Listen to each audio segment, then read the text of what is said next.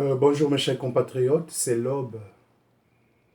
Alors, une inspiration, une idée qui trotte dans ma tête, la volonté de vouloir servir mon peuple, la volonté de vouloir servir mes compatriotes qui souffrent au Congo-Brazzaville, la volonté d'aller briser les fondamentaux déloyaux que les humains ont répandus sur la terre. Alors la boule puante de ce matin s'appelle non. Okombi Salissa n'est pas dans le pôle. Non, il n'est pas caché dans le pôle. Non, Okombi Salissa, faire une déclaration aussi inintelligible, affirmer qu'Okombi Salissa serait dans le pôle et à la limite d'une sorte de démence intellectuelle ou de démence spirituelle. Vous avez vu l'image de Kalakala, ce Kalakala qui a été torturé à mort parce qu'on recherchait Okombi Salissa. Alors, pousser Sassou Nguesso à aller massacrer davantage les populations du pôle en déclarant qu'Okombi Salissa est là-bas. C'est exactement par corrélation montrer encore les faiblesses, les insuffisances et les failles du diable pour inciter Sassou Nguesso à aller tuer davantage les populations du pôle. Kalakala a à peine réchappé à la mort parce que les barbouzes de Sassou Nguesso étaient en train de rechercher en réalité Okombi Salissa. Comment peut-on oser venir déclarer publiquement qu'Okombi Salissa est dans le pôle? On aurait parlé au conditionnel, on leur attribuerait le minimum d'intelligence qu'on peut attribuer à un enfant qui manque de discipline dans l'organisation de sa vie parce que sa croissance est encore amorphe. Mais quand on a atteint un certain âge, évitons de faire certaines déclarations qui accélèrent le processus d'extermination que Sassou Nguesso a mis en place pour tuer les Congolais, pour massacrer les innocentes populations du pôle. La vérité, c'est que Sassou veut dépeupler cette zone. Sassou veut dépeupler cette zone. Sassou veut délocaliser les populations en les humiliant. Je parle des populations du pôle, donc du sud, en les humiliant, en les violant, en les massacrant, en les tuant. Ça poursuit beaucoup de buts. Le but de museler un peuple courageux, un peuple brave, qui s'est toujours inscrit non seulement dans une sorte d'autonomie à tous égards, mais également à un refus de l'asservissement. Nous sommes sortis apparemment de l'esclavage que le colon avait soumis aux Noirs. Alors aujourd'hui, des colons noirs arrivent, les uns avec des buts de dévastation, les autres avec des stratégies inintelligibles qui n'apportent que plus de malheur. Non, Okombi Salissa n'a jamais été dans le pôle. Ne poussez pas Sassou Nguesso à massacrer davantage les enfants du pôle parce que si vous mettez dans sa tête qu'Okombi Salissa est au pôle, mais ça va être un prétexte inavoué. Il ne va pas vous le déclarer. Il va continuer à accuser Ntoumi. Mais en fait, si seulement ceux qui se prétendent être avec Ntoumi commettent la maladresse d'aller déclarer que Okombi Salissa est dans le pôle, Ntoumi est dans le pôle, cela veut dire que c'est deux qui sont aujourd'hui les ennemis mortels de Sassou Nguesso, accélérerait le processus d'extermination des populations du pôle. Autre part, je vais aller faire une comparaison non comparable. La diaspora voudrait s'organiser. C'est très intelligent. Mais il faut passer par des règles d'engagement, les règles de consensus. J'ai entendu un autre frère déclarer dans les ondes, dans les médias publics, que le doyen Mapingu aurait été choisi comme étant le leader de la diaspora. Ce qui n'est pas mauvais en soi. Ce doyen a une expertise de tempérance que je respecte. J'ai entendu dire que le Canada était d'accord. Je ne sais pas de quel Canada on parle. Est-ce que le Canada qui est au bord de l'Arctique donc les autochtones, les peuples anciens du Canada, où on parle des Congolais qui sont au Canada. Alors, en ce qui nous concerne, je n'ai pas reçu mandat de la Convention de la diaspora des Congolais du Canada. Mais cette corporation est organisée à l'intérieur d'un directoire. Et ce directoire fonctionne avec les règles de l'engagement basées sur l'orthodoxie, la discipline et l'ordre. Nous entendons par discipline ceux qui veulent s'adresser à la Convention des Congolais. Je parle de la Convention des diasporas des Congolais du Canada. En sigle, la Convention, c'est d'adresser une correspondance à leur secrétaire général. Et le secrétaire général se chargera de convoquer le directoire de la Convention pour leur soumettre cette correspondance. Et en toute collégialité, la Convention va se déterminer à accepter ou rejeter ce choix qui, à notre avis, a été fait de manière scabreuse. C'est ce que nous reprochons à Sassou Nguesso, celui qui est en train de foutre un désordre morbide au niveau du Congo-Brazzaville, et nous qui sommes à la diaspora, au lieu que nous prenions l'habitude de nous contacter de manière intelligente, de manière humble, de manière professionnelle, contacter les autres, chercher les contacts des autres, en les convoquant de manière déontologique. Chaque corporation a une adresse email.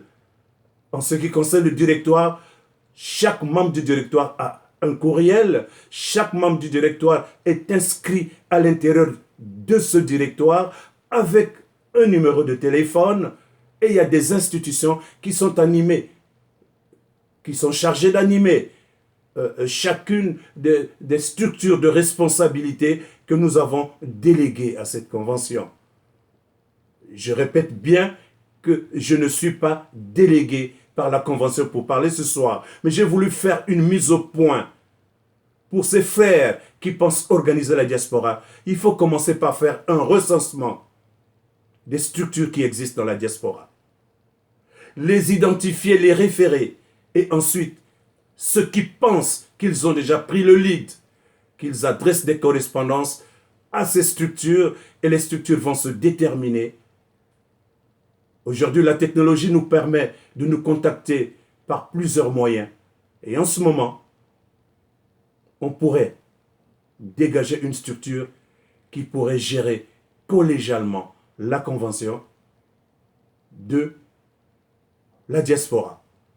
Je ne parle pas de la diaspora du Canada, mais je parle d'un prétendu haut commissariat qu'on voudrait mettre en place. Mais mettons cette structure selon les règles de l'art. Adressez-vous à chaque structure, je me répète, à dessein. À l'intérieur, ces structures vont s'organiser pour dégager un ou deux délégués qui les représenteraient lors de cette grande conférence où on désignera l'équipe qui se chargera de piloter la diaspora. Si cette équipe consensuellement choisit le doyen Mapingu, ce n'est pas mauvais. Ce n'est pas moi qui fais le choix, mais c'est la collectivité qui va faire le choix. Donc la collectivité qui sera chargée de mettre en place la structure qui va piloter la diaspora. Alors, pour terminer cette vidéo, arrêtons de faire le buzz. Arrêtons de nous proclamer comme étant meilleurs par rapport à quiconque. Nous sommes des Congolais. Nous sommes égaux du point de vue humain. Je ne parle pas de l'égalité du point de vue de l'intelligence ou des diplômes ou des compétences, mais je parle de l'égalité en tant que Congolais. Commençons par nous regarder avec amour, respect, tolérance et humilité surtout. Mais rangeons nos égos. Pour travailler ensemble, on n'a pas besoin d'afficher quoi que ce soit. On a plutôt besoin de privilégier la structure que nous allons mettre en place et enfin mettre cette structure dans les règles d'engagement, donc les règles de l'art, le consensus. Tout le monde le sait. Alors apprenons à respecter le consensus. Arrêtons de venir parler au nom de ce que l'on n'a aucun contrôle. Ma conclusion. Okombi Salissa n'a jamais été au pool. Déclarer qu'Okombi Salissa est au pool, c'est inciter Sassou Nguesso et ses mercenaires d'aller massacrer davantage les populations du pool. Je le dis de la manière la plus mécanique pour que le peuple congolais comprenne que ce n'est pas la peine de courir derrière les personnes qui viennent vous vendre du vent. Mais plutôt de comprendre exactement ce qui se passe dans le pool. Ntoumi n'est pas en position de force. Les hélicoptères, c'est Sassou qui les a. Les armes lourdes, c'est Sassou qui les a. C'est Sassou qui viole, qui tue à travers ses barbouzes. Ce sont les populations du pool qui sont en train d'être délocalisées, qui déambulent dans les forêts, qui déambulent sur les routes à la recherche d'un abri qu'ils vont trouver je ne sais où. Soyons sérieux si vous voulez qu'on nous prenne au sérieux. Il est temps de comprendre que ce ne sont pas les diplômes qui vont manager les possibilités de redonner au Congo ses lettres de noblesse. Mais c'est plutôt dans une réflexion sans cesse intelligente, sans cesse remplie de fécondité et d'humilité que nous allons trouver les moyens de mettre un coup d'arrêt à ce que Sassou est en train de faire. Et Sassou le fait depuis près de 40 ans. Nous passons du temps à nous plaindre, nous passons du temps à venir faire du buzz, nous passons du temps à venir exhiber nos diplômes et nos costumes. Le peuple congolais n'en a pas besoin. Ceux qui sont en train de mourir dans les forêts ne sont pas en costume. Les jeunes qui sont en train de résister dans les forêts ne sont pas en costume. C'est sûr que le pasteur Ntoumi en ce moment n'est pas en costume. Je l'imagine dans un petit survêtement qu'il n'a même pas le temps de changer. Et imaginez depuis combien de temps ils sont en train de résister dans les forêts. Et que nous qui sommes assis dans nos chambres, dans les salons en cuir, dans les grosses télévisions, des costumes et des caméras, que sais-je, pour venir péter des bêtises, moi je pense qu'il est temps d'arrêter ça et de se discipliner un peu. Lorsqu'on veut monter, passer une vidéo, mais que ça soit des vidéos informatives, des vidéos formatives qui permettent à notre population d'être orientée et qui permettent à notre population de savoir se défendre. L'avant-dernière vidéo que j'ai faite, j'ai attiré l'attention des uns et des autres qu'il y a possibilité d'aider ceux qui résistent. Il y a des canaux qui existent en réalité. Nous ne parlons pas par hasard. Nous avons pris des contacts très solides.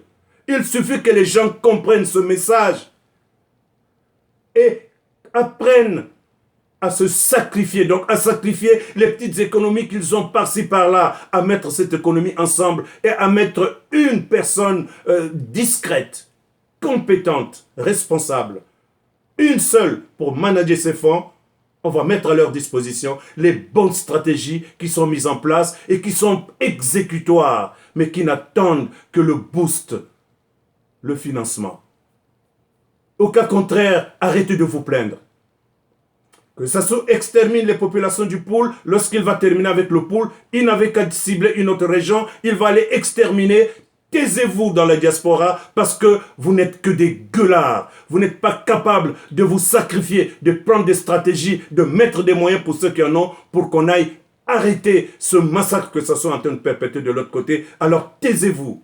Pendant que les uns dorment dans leur chambre en ce moment avec leurs épouses, nous autres, c'est pas parce que nous sommes exceptionnels, mais Dieu a mis dans nos cœurs un esprit qui ne supporte pas le sang, un esprit qui ne supporte pas de savoir que des bébés sont en train d'être violés. Je dis bien des bébés. On est en train de déshabiller des géniteurs devant leurs enfants. On exige aux géniteurs de violer leurs enfants. Et celui-ci se fait devant eux et après on leur donne la mort. Mais ces enfants qui ont été violés, ces bébés qui ont été violés, qu'est-ce que vous croyez que ces bébés seront dans la société? Mais à toi, Sassou Nguesso, le jour où, même si tu es dans ta tombe, ton kiki et tes caca qui sont de l'autre côté, ils resteront sur cette terre pour qu'ils assistent également à la façon dont on va aller violer les mboshi à Oyo et qu'on viole les bébés, qu'on délocalise des vieilles personnes qu'on envoie les populations d'Oyo ou les Mboshi dans les forêts, puisque dans ces forêts-là, il y a de l'eau, vous allez vous noyer dans l'eau, qu'est-ce que vous ressentirez? Mais quelle est cette animalité qui est en train de vous animer jusqu'à ce que vous ne compreniez pas qu'il faut arrêter ce scandale. Il faut arrêter de bestialiser ou d'animaliser les autres Congolais qui, en réalité, eux, ont occupé ces parties avant vous. Vous qui êtes arrivés, mais respectez les autres, mon vieux, mais respectez la vie. J'ai élevé le temps, j'en avais vraiment besoin. Ça crame à l'intérieur. Je lance 3 appels. Le premier, taisez-vous dans les diasporas si vous n'avez rien à dire. Le deuxième, ceux qui ont de l'argent, ne continuez pas à vous endormir. Il est temps de mettre ces moyens en jeu. Je vous répète qu'il y a un canal sûr. Quand je dis un, je suis modeste, mais très sûr. 3, si vous voulez vous organiser dans la diaspora, alors faites-le de manière intelligente, de manière consensuelle. Ne répétez pas les bêtises que Sassou est en train de faire au Congo et vous les ramenez encore dans la diaspora. Vous aussi dans la diaspora, alors taisez-vous une seule fois et laissez les populations du Sud mourir, mais mourir en paix. Mais pas qu'elles croient que quelque part dans la diaspora, il y a des gens qui travaillent réellement pour aller leur porter secours. Oui, il y a quelques personnes qui se distinguent dans le lot. Quand on les voit intervenir, comme ces jeunes qui par désespoir sont allés bousculer l'ambassade du Congo-Brazzaville. Oui, ils sont allés bousculer cette ambassade parce qu'en bousculant l'ambassade, ils bousculent Sassou. Et ces mercenaires qui sont en train de faire couler le sang de Congolais comme s'ils étaient en train de massacrer des petits dauphins ou des requins qui sont en train de broyer les populations et en retour, il faut les massacrer. Je pense que c'est le mot de la fin.